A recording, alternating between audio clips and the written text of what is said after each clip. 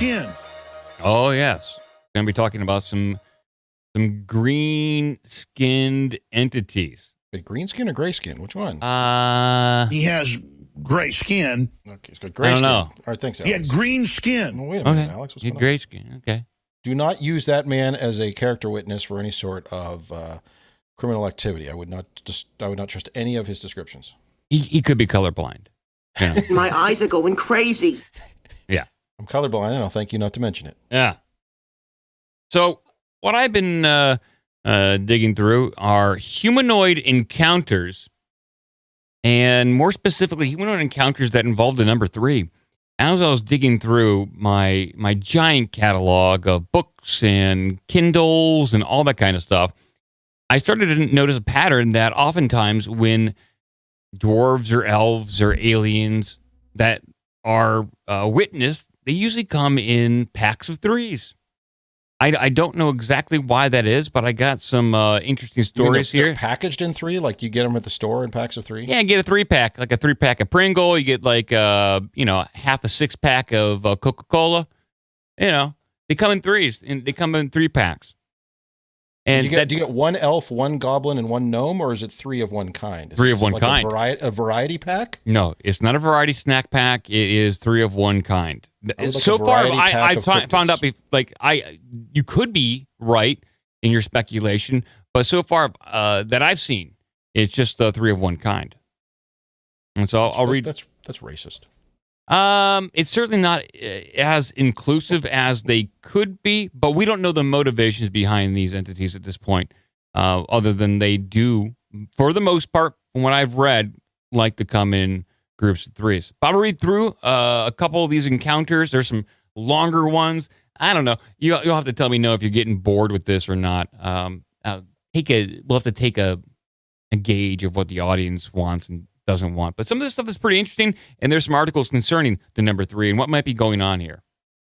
Wild speculation coming up, people. So the first one I have is from New Jersey, and this story comes from 1964 in the summer, and this happened in late afternoon.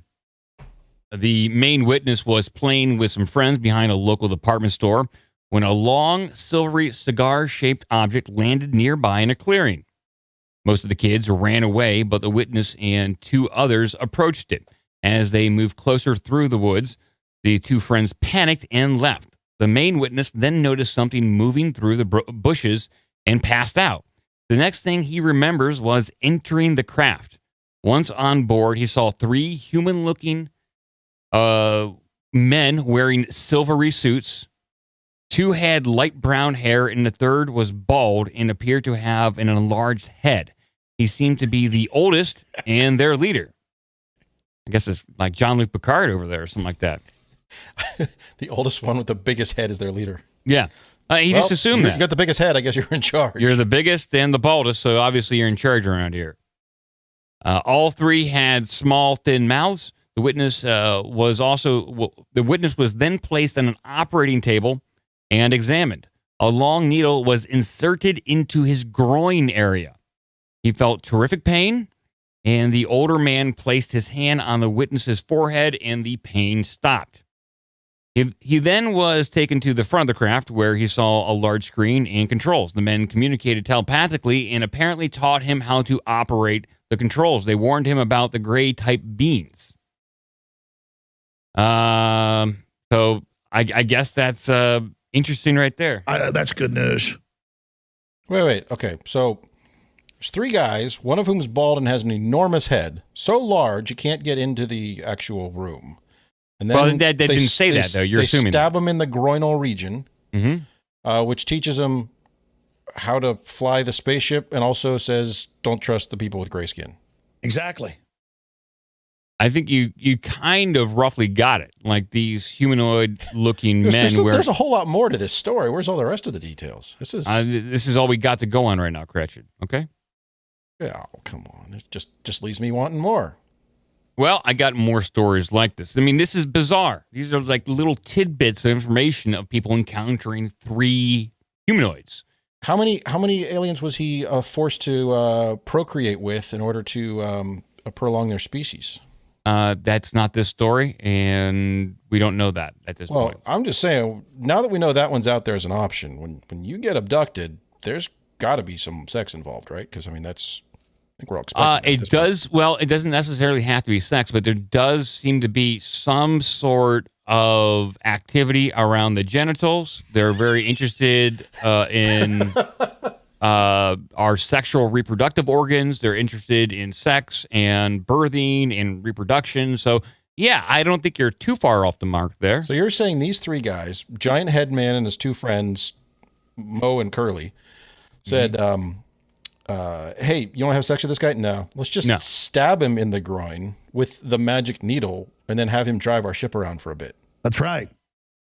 I think you're really distilling it down. You're missing, but I think they were trying to harvest something from his body. But we'll go. That's even worse. So wait, to the next one. So now you're saying he got stabbed and he woke up like missing a kidney?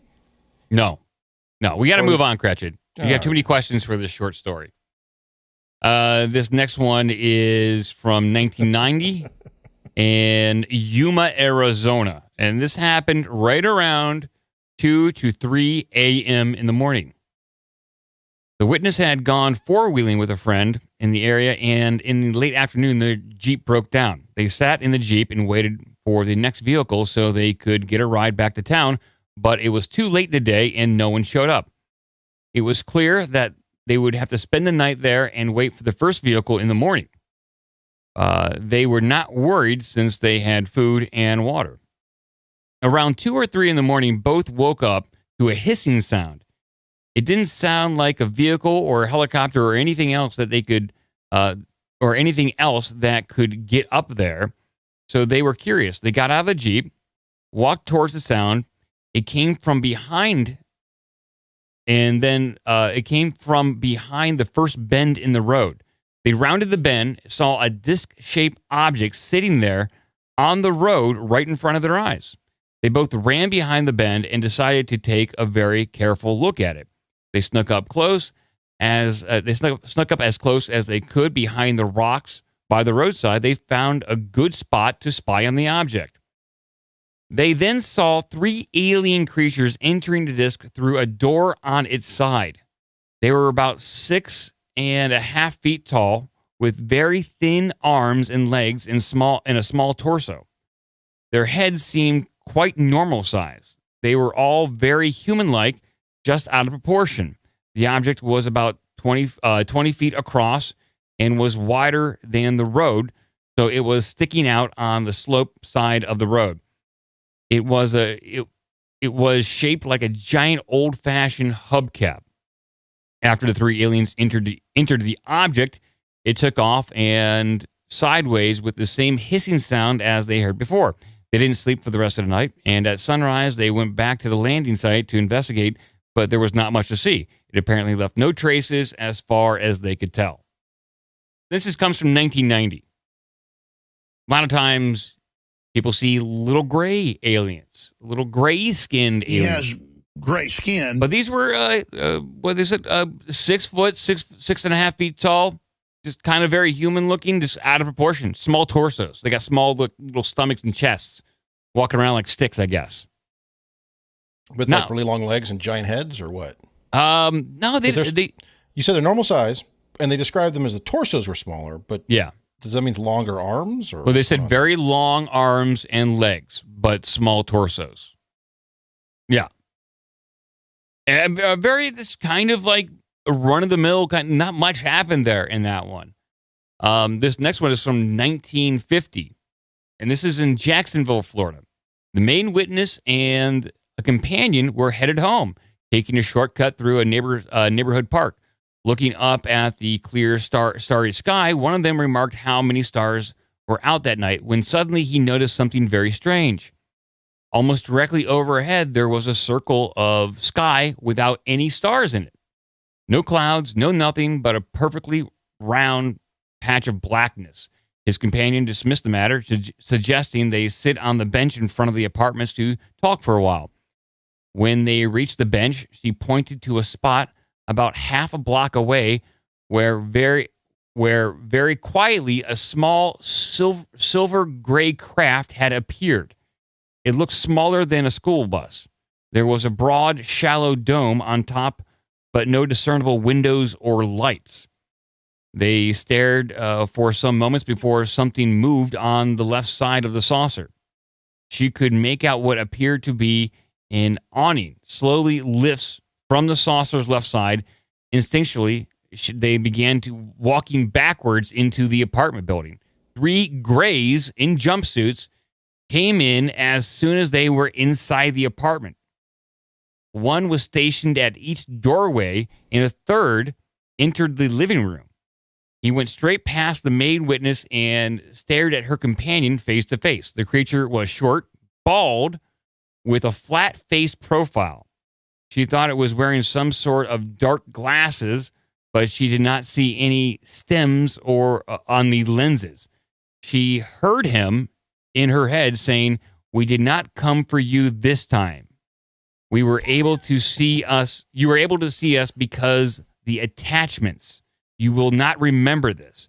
He repeated this portion of the statement. The witness only remembered this episode 50 years later when she was hypnotized. There you go. Like another number 3 encounter. This is a little different. Some people walking home and they see a disc. They went into the apartment and their aliens were pretty much there. But you said the craft, it was a small. It was small and silver. You said it was smaller than a bus, but it had like an awning or something that retracted. Yeah, like an awning, lifted up. The 3 grays came out of the awning.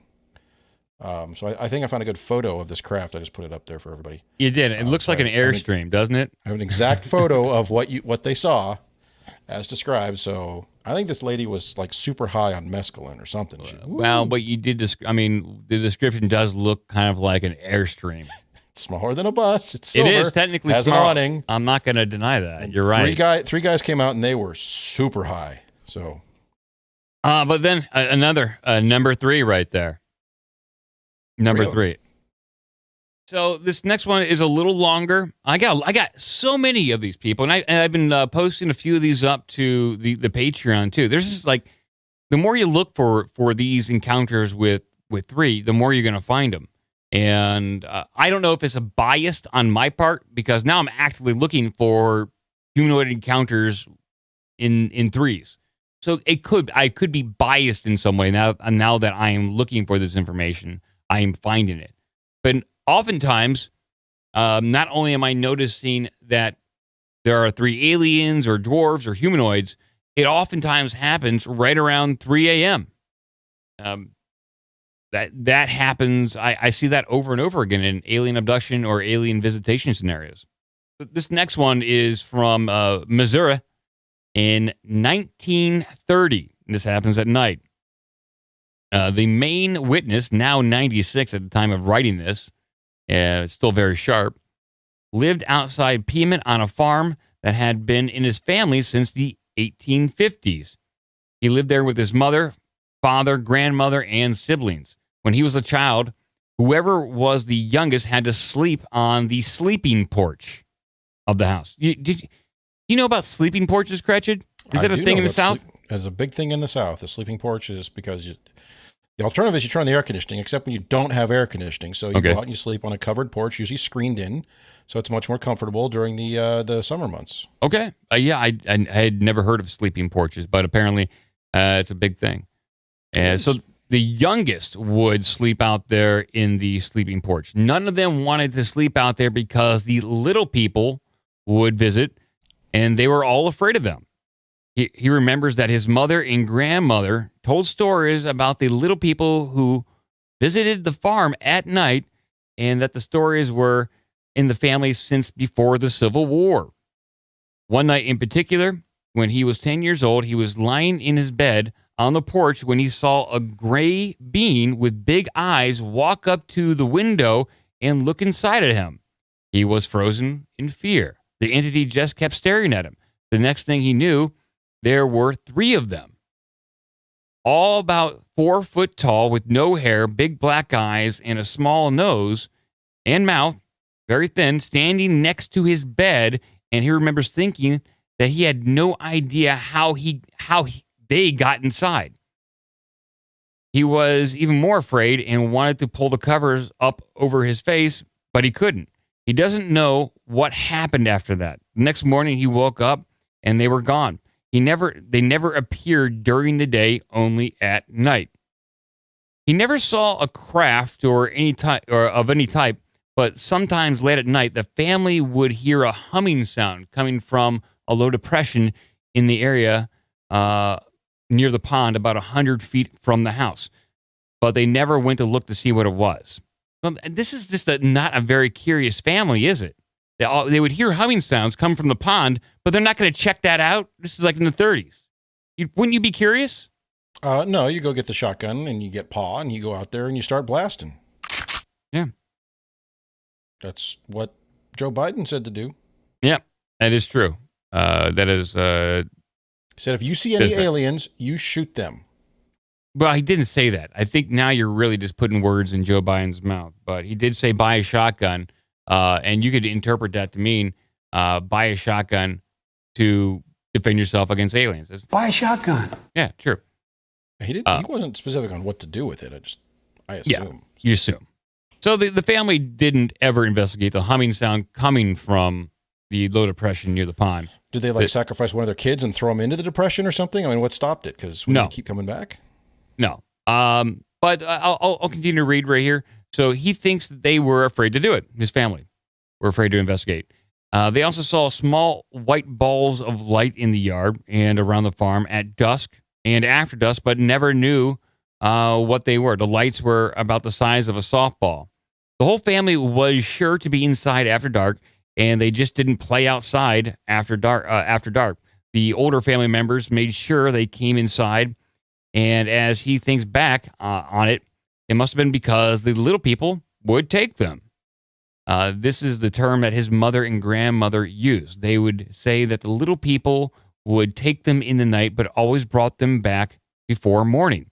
It's almost like taking them, like they are almost talking about them like they were fairies or something magical. And that this was their little secret. It was not something that they spoke about with other people. They kept it to themselves, and still to this day. He claims that he can still see them sometimes, only inside the house where he sleeps. He sees them come in late at night, usually around 3 a.m. But for some reason, he just falls asleep and doesn't remember any interaction with them. He doesn't let anyone sleep on the porch. His children and grandchildren have also seen the gray people. They are not afraid of them anymore. They just look at them as being visited rather than something that will harm them. So that had it all. 3 creatures at 3 a.m. And it's been in the family for generations. Generational visitation. Yeah, crazy shit. These kids are getting abused because the whole thing, like they'd come and take the kids and bring them back. I'm like, I don't know about that. It is kind of strange. I also like the family is so afraid of these little aliens that they're taking the youngest, most defenseless child and locking them out on the sleeping porch. I'm like, you stay out here. We know about the aliens. We know they come at night. Throw the youngest one out there as a sacrifice. Fuck them. Let them deal with that kid, and then they'll leave us alone.